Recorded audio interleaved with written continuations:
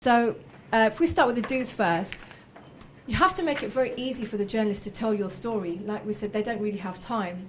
So how I personally do that is, if it's what's very important, is it time critical? Is there a date? Is there a deadline? And also, why is it appealing for that media platform? So if I went to the BBC just because it's something we worked on recently, Longer Week, I know that they just released a report on homelessness, and it was very specific to the London region. So we used that. We used London statistics. So which Gurdwara in London had the biggest amount of food that's donated by the community? How many people did they actually feed? So made it really, really relevant with statistics. That was the top part of the email or the information that I sent out. And also then just saying, I can make this easy for you because I have these spokespeople who will make available for you. So we'll have a spokesperson from the Gurdwara, we'll have a spokesperson from the Trussell Trust. We've got these statistics, we've got these images, we've got a location for you. So that makes it relevant for them to see straight away. This is important. And it makes it easy for them to just say, all right, set it out for me, we'll turn up and do this. Also, just make sure that you stick to one key message. Obviously, as the story develops and you speak to the journalists and you can see what angles they're interested in for their market, you can develop that. But if throughout everything that you're saying on social media, on your press releases, on your interviews, if you stick to that one key message that you want everyone to remember, that repetition also helps kind of feed through to media.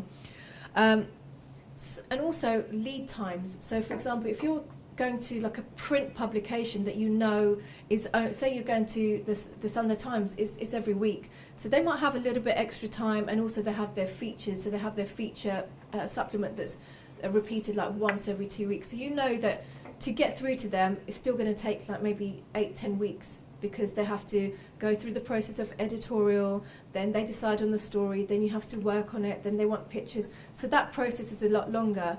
And just remember that, for example, with TV, like Tejinda said, breaking news might be straight away. So usually if you're on a feed and you're aware of stories, if something breaks, like we did a story with Sky News,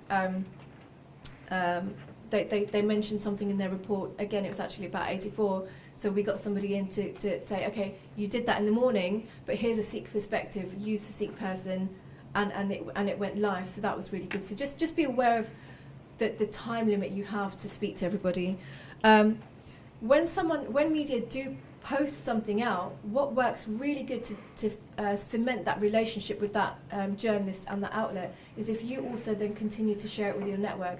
For instance, unfortunately ITV didn't have the time to cover the Lunga event, but they put it online and socially, and that was shared so much, and it also went back to say thank you, and it continued being shared. So please also share what everyone else is kind of giving you as coverage. Something really, really important, when you send a story out to media, personalise that email to them. The worst thing you do is cut and paste it to 5 people in the same paper. They go into the meeting thinking it's their story, and it's not.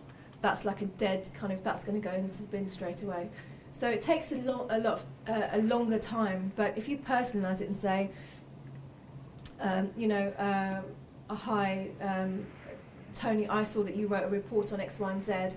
I've got this story for you, and I think it'll be good for your audience because of this, and I think it'll be good for you to tell this story because I've read and I see your sensitivity to that subject. So that personalisation really helps.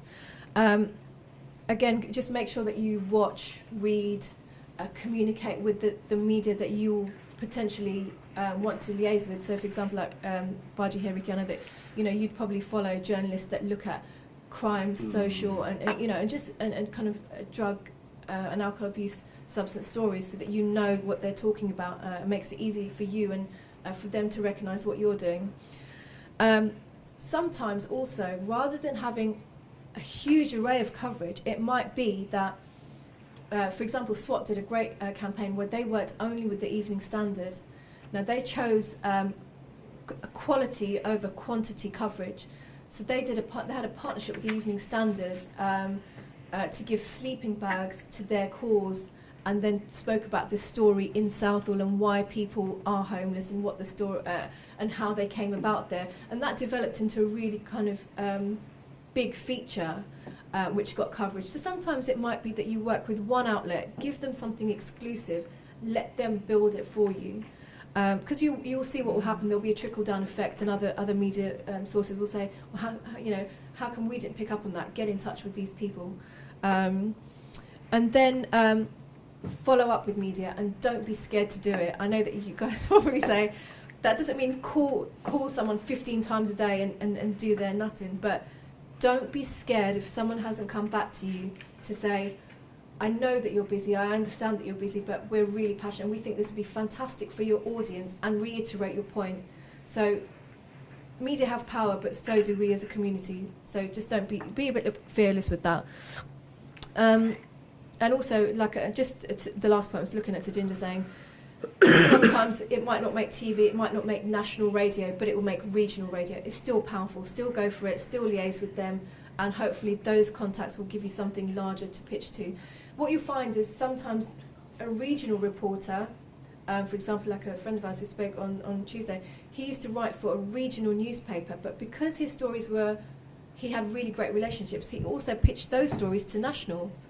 So he went from the Newham Recorder and then pitched something to the Times, and they took it because, one, he was a reporter, they'd seen his coverage, and he could make it happen. And then the don'ts. Don't forget to say thank you. Again, it would just go back to building your relationships. Don't be afraid to ensure factuality in your campaigns. So if you've put some information out and you've put statistics out to media and you see that they're doing it incorrectly or they're not getting the point, it's your responsibility to make sure that that reporting is factual. So don't be scared to call them and say, guys, I know that in your response to me you said this, but it's incorrect. Please ensure that these are the facts. Obviously, a reporter wants to remain factual because they don't want kind of any sort of kickback. So don't be scared with that. I know that you want to make your press release sound exciting, and it's good to do that because it captures imaginations. However, you don't want to pad it out with information that is irrelevant. So you don't need to sugarcoat anything. Make it very, if you can keep it to one page, that's the best format. So try not to go over in your pages. So don't, they're used to buzzwords. Something's not the next great thing. If you're going to put a claim out there and say it's the next best thing since whatever, where are your facts coming from? Where is that? Where is your kind of quotation to say this report or this study showed? So make sure that you're not just filling it with opinion. I know that you guys will probably say this. Don't call a journalist and say, I was just calling to see if you got my press release, because they probably have. They've probably got a million things to do, and they will get back to you. So if it's someone that you don't know, I'd say connect with them over email, and then do a polite introductory and just say, look, we've never spoken before. I sent you a story about this. I'd love to spend some time with you, and is there a better time for me to call you, or have you got 5 minutes now?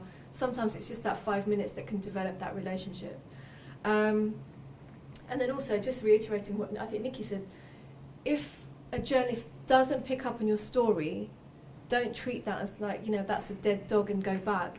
Still communicate with them, because there'll be one moment where they'll recognise that you're sending them quality information, and it will happen. So just don't cross someone off your list and never connect with them again because your story wasn't published.